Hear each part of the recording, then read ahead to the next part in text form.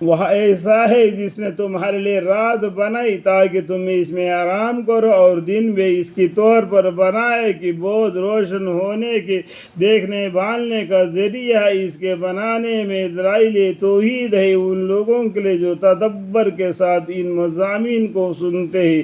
وہ کہتے ہیں کہ نعوذ باللہ اللہ تعالیٰ اولاد رکھتا ہے۔ سبحان اللہ، کیسی سخت بات کہی! وہ تو کسی کا محتاج نہیں اور سب اس کے محتاج ہے۔ اس کی ملک ہے جو کچھ آسمانوں میں ہے اور جو کچھ زمین میں ہے۔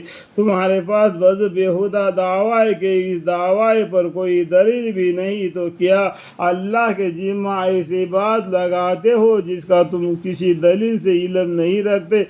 آپ کہہ دیجئے، دیکھو آپ کا معنی سنا ہے، میں انگلی لگا کے بتا رہا ہوں، دیکھو آپ کہہ دیجئے تو کون؟ ہمارے پیغمبر صلی اللہ علیہ وسلم کو اللہ بولتے ہیں کہ آپ کہہ دیے، اے پیغمبر صلی اللہ علیہ وسلم آپ کہہ دیجئے کہ جو لوگ اللہ پر جھوٹ افطرا کرتے ہیں جیسے مشرکین، وہ کبھی کامیاب نہ ہوں گے۔ یہ دنیا میں چند روز تھوڑا سا عیش ہے جو بہت جلد ختم ہو جاتا ہے، پھر مر کر ہمارے یعنی اللہ ہی کے پاس ہے ان کا آنا۔ یعنی دیکھو ہمارے ہی پاس، ہمارا کا مطلب کیا ہے؟ اللہ، ٹھیک ہے، انڈائریکٹ میں اللہ ہے، ہمارے ہی پاس یعنی اللہ ہی کے پاس ان کا آنا ہے، پھر آخرت میں ہم ان کو ان کے کفر کے بدلے سزائے سخت کا مزہ چکھا دیں گے۔ اور آپ ان کو نوح علیہ السلام کا قصہ پڑھ کر سنائیں۔ یہاں سے نوح علیہ السلام کا قصہ آ جاتا ہے، یہ سورہ یونس ہے، ٹھیک ہے، جو کہ اس وقت واقع ہوا تھا کہ جب انہوں نے اپنی قوم سے فرمائی کہ میری قوم، اگر تم میرا رہنا یعنی وعظہ گواہی کی حالت میں اور احکام خداوندی کی نصیحت کرنا بھاری اور ناگران معلوم ہوتا ہے۔ دیکھو میرا تبلیغ کرنا، اللہ کی طرف لوگوں کو بلانا آپ کو اگر تکلیف محسوس ہوتا ہے تو میرا تو خدائی پر بھروسہ ہے، سو تم میرے ضرر پہنچانے کے متعلق اپنی تدبیریں جو کچھ کر سکو، ماں اپنے شرک یعنی توبوں بوتوں کے فخت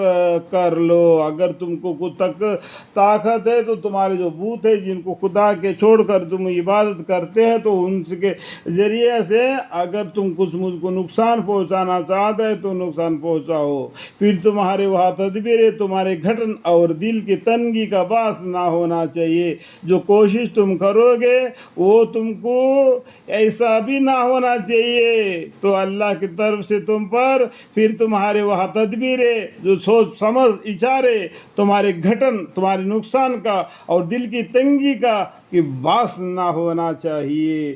پھر میرے ساتھ جو کچھ کرنا ہے کر گزرو اور مجھ کو اصلاح محلت نہ دو۔ اس طریقے سے نوح علیہ السلام نے اپنے قوم سے فرمایا۔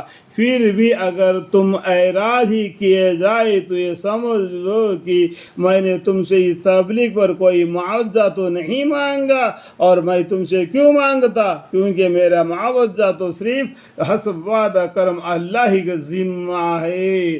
تبلیغ کرنا، قرآن کو پڑھنا، لوگوں کو دین کی طرف بلانا، اس کا کوئی پیسہ نہیں لینا میرا بیٹا بھائی۔ جو نماز پڑھاتے ہیں جو پیسہ لیتے ہیں وہ حال خود جانے کہ یہ مسئلہ آج کل دنیا میں پورا پھیلا ہوا ہے۔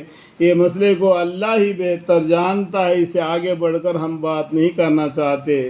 اللہ تعالی ہمیں اور آپ کو سمجھنے کی توفیق عطا فرمائے، آمین۔